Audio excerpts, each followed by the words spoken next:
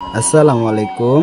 চোখের আড়ালে সে ছিল আমার দুলাভাইয়ের বন্ধু। প্রথম দেখাতেই আমি বুঝে গিয়েছিলাম এই ছেলেটা ভরসা করার মতো, সবার মতো না। কথায় ছিল শ্রদ্ধা, আর আর হাসিতে ছিল এক ধরনের সান্ত্বনা। কিন্তু আমি বারবার নিজেকে বোঝাই, না, এটা ঠিক না, আমি তো এমন কারো প্রেমে পড়তে পারি না। তবুও দিন গড়াতে লাগলো, দেখা হলো, কথা হলো, চোখে চোখ পড়লো, আর মনটা হারিয়ে গেল।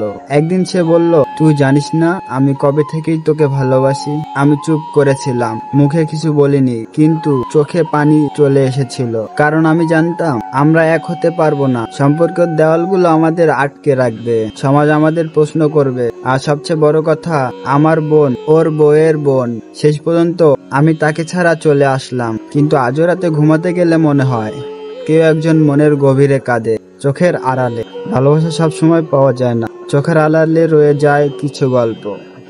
ধন্যবাদ। গল্পটি আপনাদের যদি পছন্দ হয় সাবস্ক্রাইব করে পাশে থাকবেন।